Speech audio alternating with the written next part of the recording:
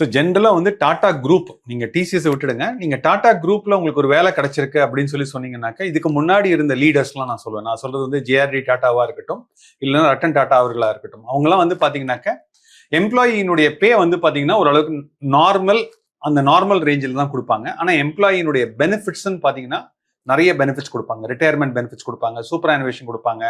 அதுக்கப்புறம் ரிட்டையர் ஆனதுக்கப்புறம் மெடிக்கேர் வந்து ஃபுல்லாகவே கொடுப்பாங்க. 90 இயர்ஸ் இருந்தாலும் 90 இயர்ஸ் இருக்கும், ஆனால் அதுக்கு நீங்கள் பே பண்ணணும்.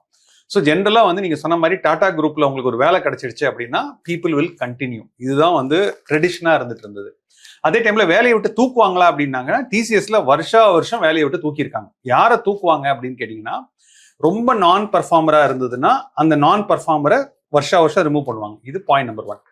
பாயிண்ட் நம்பர் 2 வந்து என்னன்னா, எத்திக்கல் இஷ்யூஸ் ஏதாவது வந்திருந்தது அப்படின்னு சொன்னீங்கன்னா, எத்திக்ஸும் இன்டெகிரிட்டியும் வந்து டாடா குரூப் நிறுவனத்துக்கு ரொம்ப ரொம்ப இம்பார்ட்டன்ட், டிசிஎஸ்க்கும் ரொம்ப இம்பார்ட்டன்ட். அதனால வந்து எனிபடி ஹூ இஸ் டூயிங் எத்திக்கலா இருந்தால் அதை ரிமூவ் பண்ணிட்டே இருப்பாங்க. ஸோ அதனால அதை தவிர நம்ம மக்களே வந்து அட்ரிஷன், நார்மல் அட்ரிஷன் சொல்லுவோம்.